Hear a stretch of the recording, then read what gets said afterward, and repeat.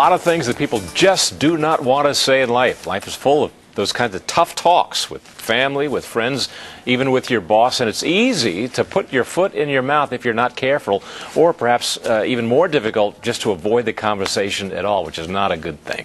Well, luckily, life coach Mary Abbajay is here now to give us the do's and the don'ts of conducting those very, very difficult conversations. Good to have you back. Nice to be here. Thanks, a long time since we've seen you.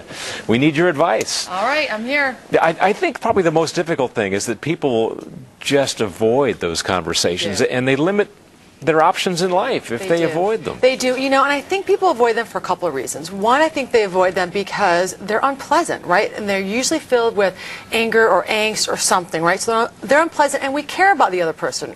Oftentimes, you need the relationship, or we don't want to hurt their feelings. And I think we also avoid these conversations because we haven't had good experiences with doing them well in the past, right? So when they go poorly in the past, you're going to be less likely to do them in the future. And as you said, some people are simply conflict averse. Yeah. Let's talk with the most difficult one, I think, because it involves people who are closest to you, your own children. But there comes a time when they have to move out on their own, when they have to fly the coop. Absolutely. So when you're going to have a difficult conversation with someone, say, in your family, or someone whose relationship is important to preserve, there's a couple things you have to do. You have to start with your intention of preserving the relationship. So when you're going to have a difficult conversation, you want to make sure that that is just as important as what you need to tell them. So before, let's say we're going to have a difficult conversation, I need you to get out of the house. Let's say I'm your mother, and it's time for you to move on. I need to make sure I balance both those things, that I love you and it's time for you to move on. So before you have a difficult conversation like that, it's really important to really sort through your intentions. What is my goal here? Is my goal just to make you feel bad and shame you into leaving?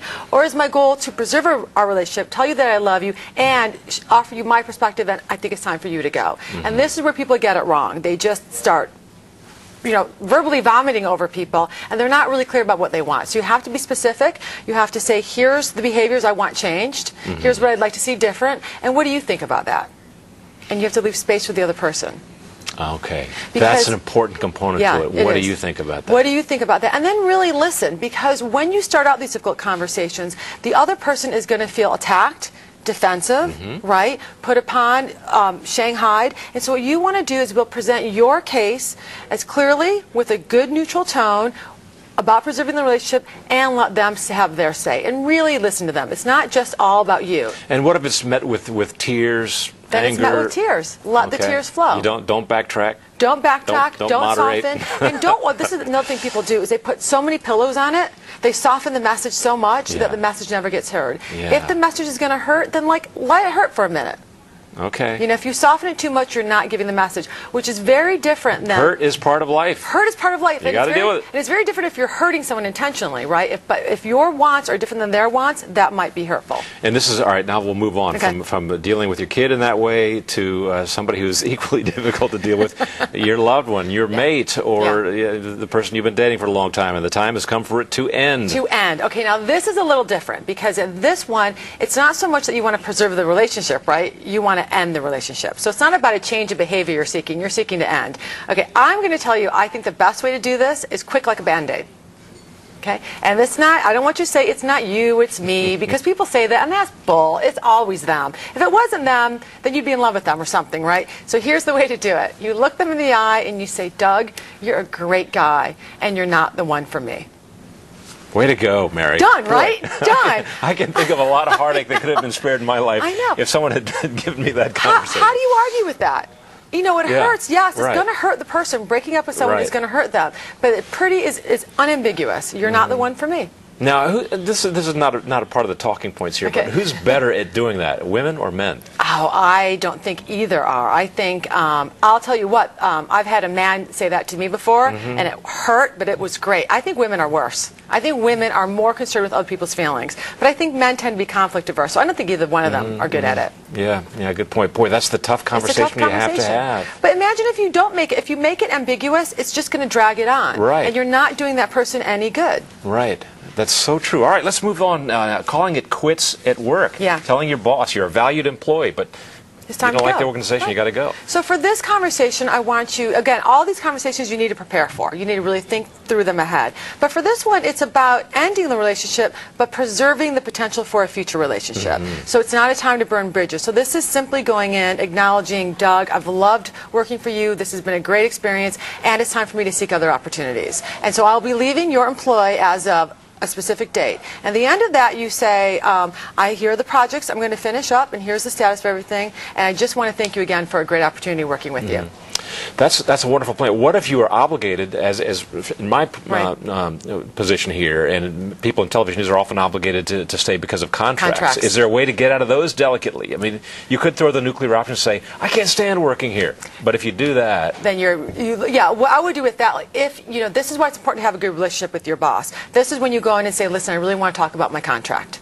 I'm obligated here, I like working here, and I have another great opportunity. I know you need me, and I really would like to do this. Is there a way we can talk about this? And then you just go into a negotiation. But how you start that conversation is essential. If you start a conversation by throwing a landmine, then that conversation is going to turn into a landmine. If you start the conversation and you put that problem, that situation, as something that we are together going to work at, it's a whole different tenor of conversation. So, and that landmine is something that's going to keep exploding down the road, because people network, they hear the stories, and it's just going to sabotage yourself. And the language you use to discuss things has a huge influence on how the conversation goes.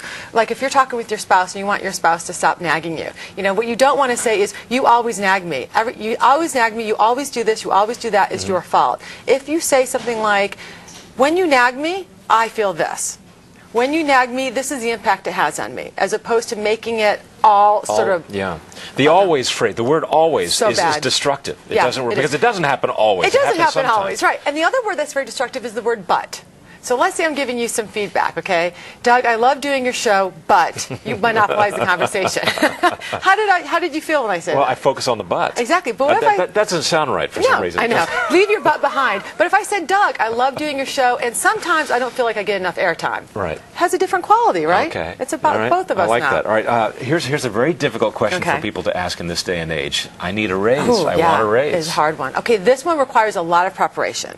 Okay, so you have to do a couple things. You have to make sure you've got all your ducks in a row. So you want to research what you're worth in the marketplace at similar organizations for similar jobs. You also have to know what the policies are in your organization. If your organization is one such that you get an annual review and then a raise or a pay compensation review, that's when you have to do it. Okay, so you got to know the policies of your organization, know what you're worth. Then you have to have a set dollar amount, like here's what I'm going to ask for. And then you have to make a list of all your accomplishments. Here's why I'm valuable here. Then you want to make a list of all your responsibilities and the ones, especially the ones that merit what you think is a higher pay grade, right? Get all this information. Get a meeting with your boss. You don't spring this on your boss. And you sit down and you say to your boss, I'd really like to discuss my compensation. And you lay out your data, your research, your facts, your figures, and why you make a case. And then you shut up for a minute and you let him talk. And it's also very important to learn a few negotiation tactics because, you're going to say here, he's going to come here, and then you go there.